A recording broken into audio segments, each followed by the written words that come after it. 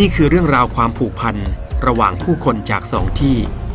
1. คือผู้คนที่เต็มไปด้วยจิตอาสาจากการท่าเรือแห่งประเทศไทยและอีกหนึ่งคือเด็กนักเรียนบนดอยสูงที่ถูกปกคลุมไปด้วยไอหมอกในหน้าหนาวที่อำเภอปางมะพร้าวจังหวัดแม่ฮ่องสอนเรื่องราวที่จะถูกเล่าขานถึงความผูกพันจะถูกเชื่อมโยงด้วยลูกเหล็กกลมๆคือกีฬาเปตองเพื่อสืบสานปณิธานของสมเด็จย่า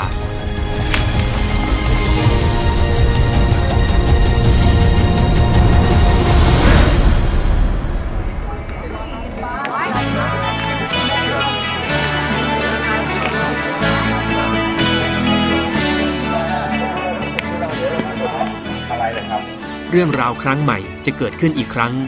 หลังจากที่ได้เกิดขึ้นมาแล้วที่อำเภอกัลยาณิวัฒนาจังหวัดเชียงใหม่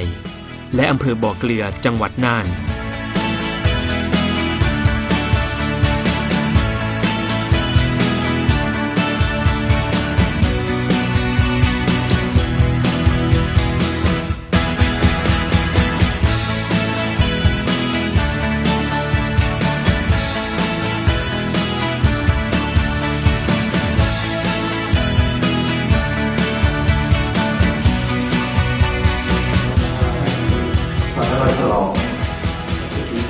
ความรักและความผูกพันจากคนสองพื้นที่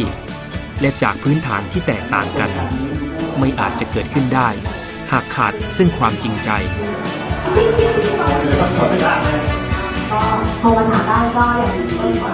จิตอาสาการท่าเรือแห่งประเทศไทยล้อมรวมหัวใจทุกดวงพร้อมที่จะทุ่มเทและเปิดโอกาสให้กับเด็กนักเรียนที่อำเภอปางมะพร้าวแม้จะมีความยากลำบากเพียงใดก็ตามเราออกบอกเท่าไหร่มือสามบอกเพื่อนที่เขาหนึ่งเขามันจะได้ยาวเป็นบอกว่าปล่อยใครที่จะคนลงจังหวัดแม่ฮ่องสอนอำเภอปางมะพร้าวนะฮะอยู่ห่างไกล 1,680 กว่าโค้งนะฮะก็คงจะเข้าถึงลำบากนะครับนะฮะนั่นคงเป็นประการที่1นะครับประการที่2ก็คงเป็นที่ท้องถิ่นนี้นะครับยังมีความจำเป็นนะฮะที่จะต้องการความอนุเคราะห์นะครับจากส่วนต่างๆนะครับภาคส่วนต่างๆว่ามีกำลังจะมาช่วยสนับสนุนกันอย่างไรมันยากลำบากตรงที่เราต้องนำเสนอข้อมูลเข้ามาโดยมีแค่เป็นแผ่นเปเปอร์อย่างเดียวและนำเสนอโครงการให้เนี่ยก็เป็นเรื่องที่หนักใจตรงนั้นพอสมควรแต่สุดท้ายทางอำเภอปางมะพร้าวเนี่ยเขาก็ตอบรับดีทั้งของผู้นำท้องถิ่นแล้วก็ทางคณะโรงเรียน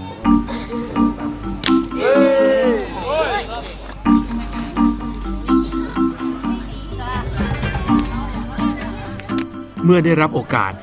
เด็กๆบนดอยสูงต่างทุ่มเทเพื่อที่จะเป็นตัวแทนมาแข่งเปตองท่าเรือโอเพ่น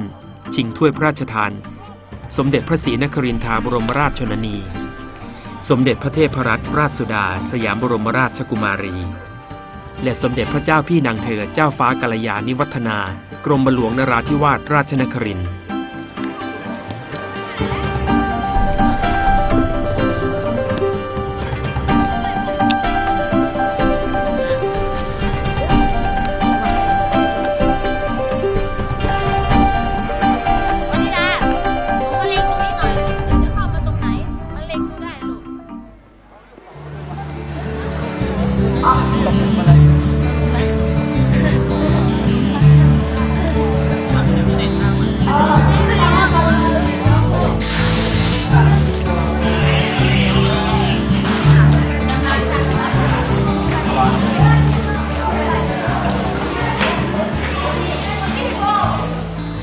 นอกเหนือจากการส่งเสริมด้านกีฬาการท่าเรือแห่งประเทศไทยรวมถึงจิตอาสายังมอบไออุ่นทางกายโดยมอบเสื้อกันหนาวและมอบไออุ่นทางจิตใจผ่านกิจกรรมต่างๆที่เต็มไปด้วยความสนุกสนานโครงการศึกษาปฏิภาณกีฬาสมเด็จย่าและมอบไออุ่นแก่เด็กด้อยโอกาสเป็นโครงการตามนโยบาย CSR ของการท่าเรือ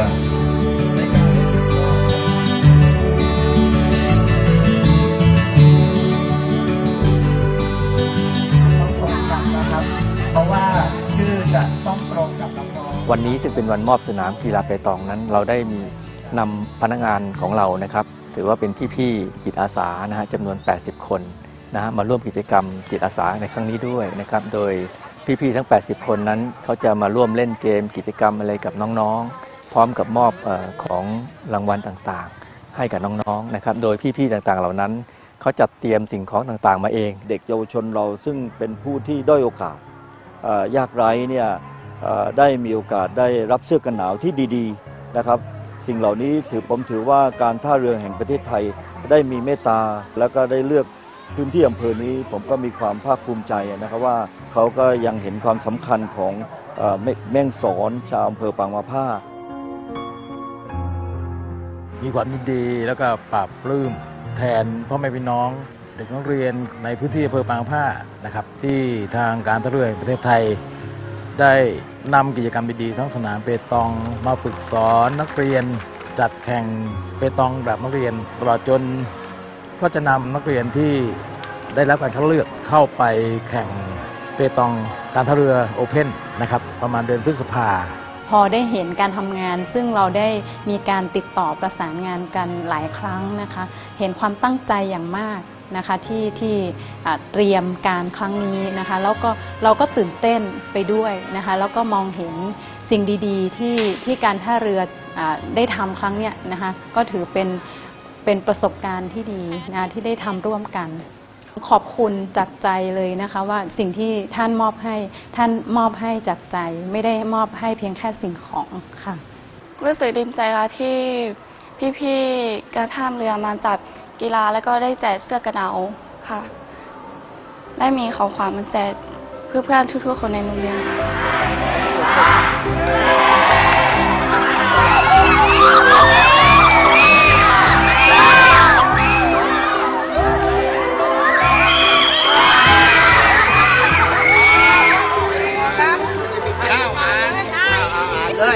อ่านเลยดังๆอ่านดังๆ28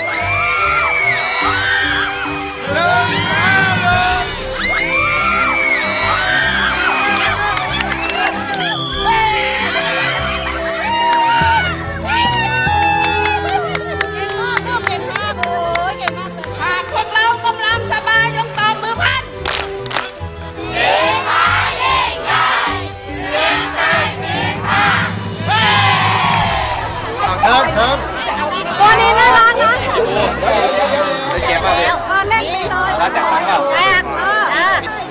สนุกดีครับได้เข้าร่วมกิจกรรมกับพี่เขาครับ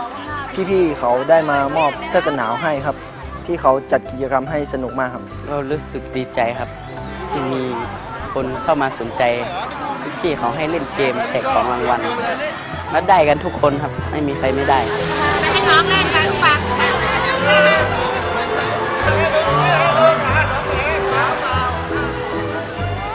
นอกจากน้องๆได้รับกองวัตถุสิ่งของแล้วเนี่ย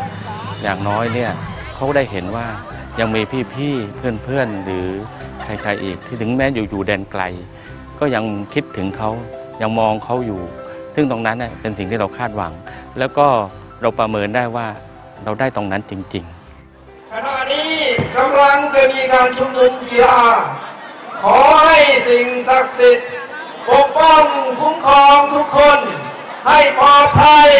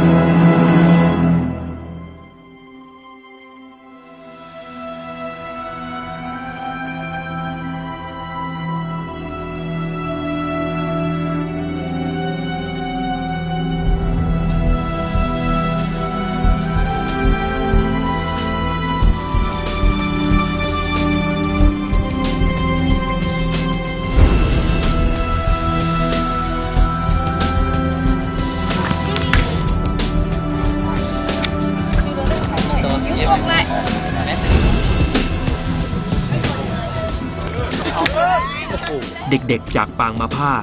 ทุกคนมุ่งมั่นกับการแข่งขันเพื่อที่จะได้เป็นตัวแทนของอำเภอ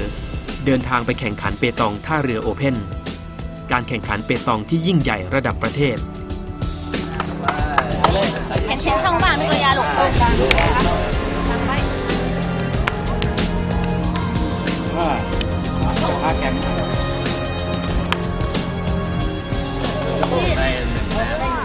หลังการแข่งขันที่เข้มข้น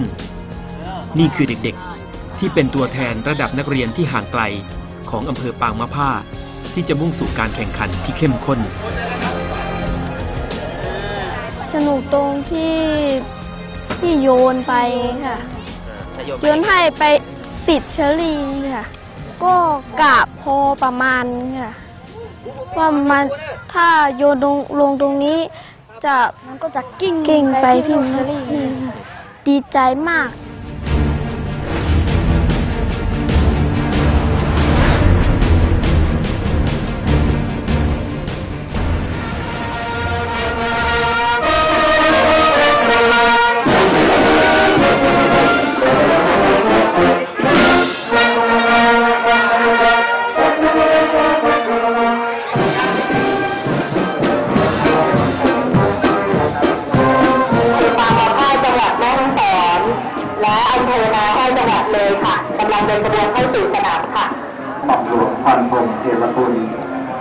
ถ้วยพระราชทานสมเด็จพระศรีนครินทราบรมราชชนนีขึ้นอย่างแทนพิธีครับนี่คือการแข่งขันสำคัญที่เกิดขึ้นกับเด็กๆจากอำเภอปางมะผ้าเปตองท่าเรือโอเพ่นชิงถ้วยพระราชทานสมเด็จพระศรีนครินทราบรมราชชนนีสมเด็จพระเทพรัตนราชสุดาสยามบรมราชกุมารีและสมเด็จพระเจ้าพี่นางเธอเจ้าฟ้ากัลยาณิวัฒนากรมหลวงนราธิวาสราชนครินทร์จะต้องนึกถึงเปตองท่าเรือโอเพ่นเหมือนกับที่เป็นโลโก้หนึ่งของกีฬาเปตอง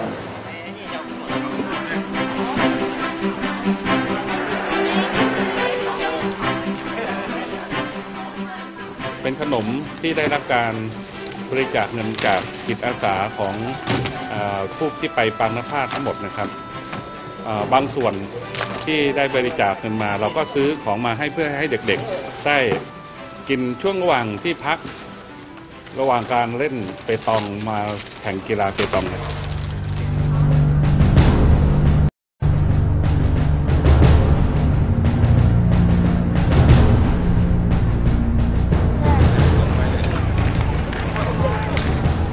ถึงเวลาที่เด็กน้อยจากดอยสูงต้องพิสูจน์ตัวเองแล้ว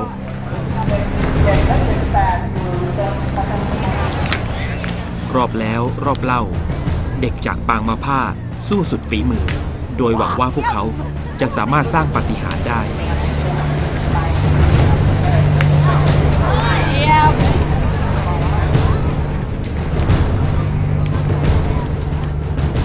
แต่ปาฏิหาริย์ยังไม่เกิดขึ้นในวันนี้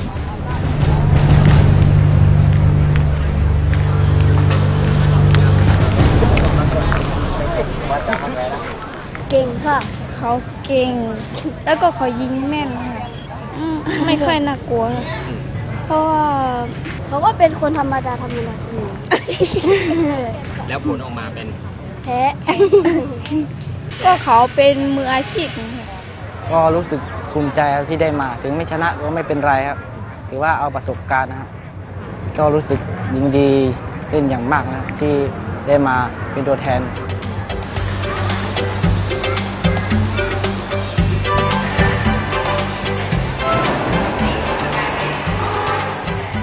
แม้จะไม่สามารถฝ่าฟันบรรดายอดฝีมือจากพื้นที่อื่นๆไปได้แต่เด็กๆก็ได้รับประสบการณ์ที่มีค่ายิ่งในชีวิตและยังได้รับความสนุกสนานและความรู้จากกิจกรรมต่างๆที่จิตอาสาการท่าเรือแห่งประเทศไทยคัดสรรมาให้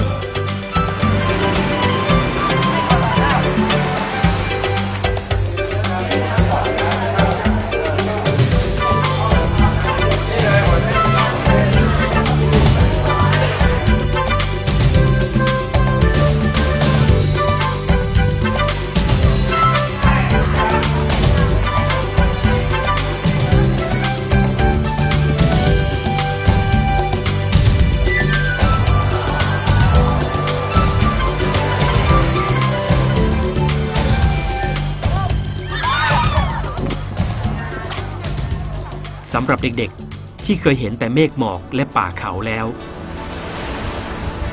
น้ำทะเลเป็นประสบการณ์ครั้งแรกที่เขาจะไม่มีวันลืมเลือน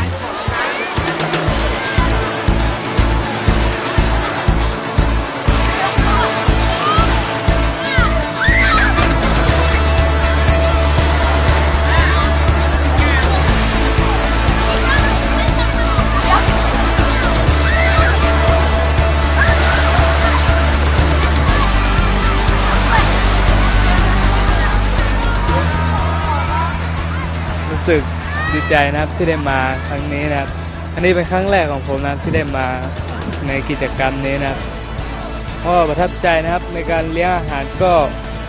ดีครับแล้วก็ที่พักอาศัยดีมากเลยนะมีความดีใจครับที่การท่าเรือพามาเที่ยวทะเลและรู้สึกภูมิใจที่ได้มาแข่งเปตองในขวดนี้มันคืออะไรน้ำทะเลไปฝากพี่ของโขอยากได้น้ำทะเล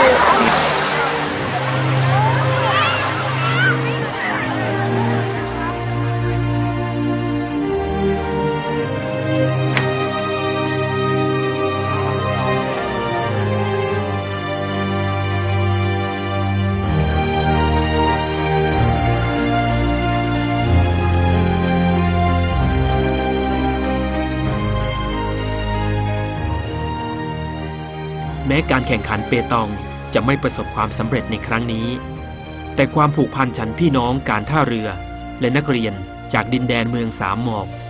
ยังคงแนบแน่นและเนิ่นนาน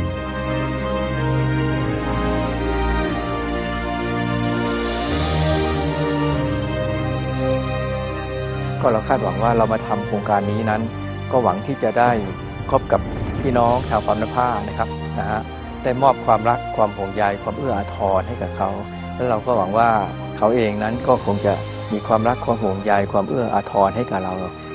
ฉันพี่น้องนะครับส่วนสิ่งของต่างๆที่เรามอบให้นั้นมันเป็นเพียงแค่วัตถุสิ่งของที่เป็นสื่อนะครับนำความรักความเอื้ออาทรต่างๆนำไมตรีจิตมาให้กับทุกๆคนที่อำเภอปางมะผ้านะครับเราหวังเพียงว่าสุดท้ายแล้วชาวปางมะผ้านั้นเป็นพี่น้องเราเป็นเพื่อนเราครับ